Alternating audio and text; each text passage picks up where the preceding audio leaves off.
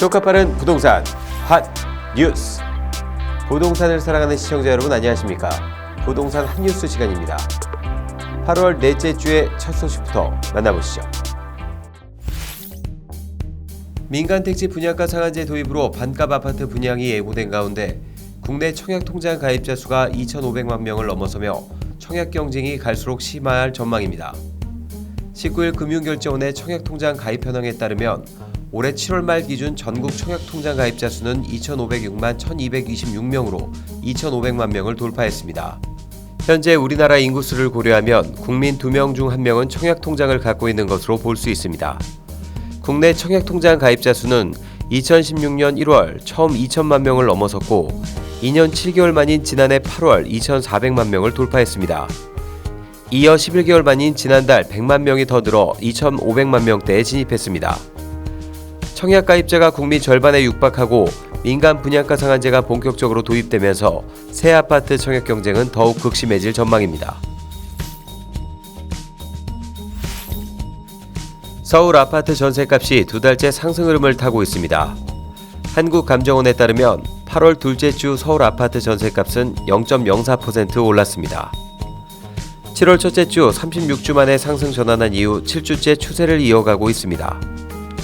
국토교통부에 따르면 올해 상반기 전세 거래량은 18만 6,253건으로 지난해 같은 기간보다 5.8% 증가했습니다. 전셋값을 끌어올릴 동력으로는 민간택지까지 확대 적용하는 분양가 상한제가 꼽힙니다.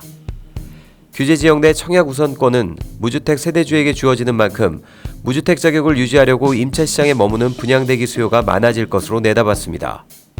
낮아진 전세가율도 전세 수요를 늘리는 요인 가운데 하나로 7월 말 서울 전세가율 평균은 53.6%로 7년 만에 최저치로 떨어졌습니다. 서울시는 지난 14일 제9차 도시건축공동위원회에서 상업지역 준주거지역의 주거용적률 등 완화에 관한 지구단위 계획 결정 변경안을 수정 가결했다고 16일 밝혔습니다.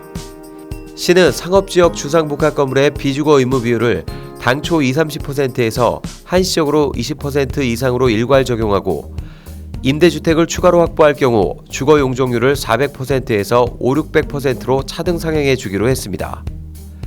지역별 여건과 특성을 반영한 개별 지구단위 계획과 조례 개정 취지를 고려해 주거 용적률을 차등 적용합니다. 준주거 지역에서 임대주택을 추가로 확보 시 지구단위 계획구역에서 계획된 용적률 계획과는 별도로 최대 100%포인트까지 용적률을 완화합니다. 아울러 용적률 완화에 따른 주택 공급 효과를 높이기 위해 10m 이내의 범위에서 높이 계획을 완화하도록 했습니다. 시는 이번 지구단위 계획 변경을 8월 중 재열람 공고하고 9월에 결정 고시한다는 계획입니다. 19일 정부 관계자는 중구의 경우 노후화된 구청 건물과 주민복지센터, 시의회 건물을 하나로 통합해 새로 짓고 기존 시의회 부지 등을 청년층을 위한 행복주택으로 공급하는 방안을 국토부와 협의 중이라고 밝혔습니다. 종로구도 낡은 구청 건물을 리모델링하고 남은 부지를 청년 행복주택으로 공급하는 방안을 국토부와 모색하고 있는 것으로 알려졌습니다. 서울시 자치구가 이같이 청년 행복주택 공급 용지 확보 방안을 조력하고 있는 것은 청년 주거 안정 지원이란 정부 정책에 협조할 수 있을 뿐만 아니라 노후 공공시설 개선을 통해 주민 호응도를 높일 수 있기 때문입니다. 국토부는 대학생이나 사회초년생의 수요가 높지만 부지 확보가 어려운 서울 도심 속 행복주택을 추가로 공급할 수 있는 장점이 있다고 설명했습니다. 정부가 민간택지 분양가 상한제라는 또 다른 주택 규제를 발표하자 부동산 규제로부터 자유로운 비주거 상품에 관심이 쏠리고 있습니다. 대표적으로 지식산업센터가 반사이익을 볼 것으로 예상됩니다. 민간택지 분양가 상한제 적용에 따라 주택시장의 집값은 주춤하고 있는 반면 지식산업센터는 상승세입니다. 한국감정원에 따르면 지식산업센터를 포함한 전국 오피스의 투자 수익률은 올해 1분기 1.69%에서 2분기 1.84%로 올랐습니다.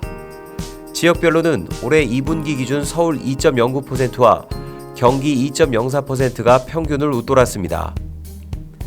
지식산업센터가 아파트나 오피스텔에 비해 가격이 저렴한 데다 대출 규제, 전매 제한 등 부동산 규제를 적용받지 않는 비주거 상품이라는 점이 호재로 작용한 것으로 풀이됩니다. 특히 정부 주도하의 첨단 산업 육성을 위한 업무단지 조성과 일자리 창출 및 중소기업 육성책, 세제 감면 혜택 호재까지 겹치면서 지식산업센터의 선전은 계속될 전망입니다. 복잡한 부동산, 한 뉴스와 함께라면 어렵지 않습니다.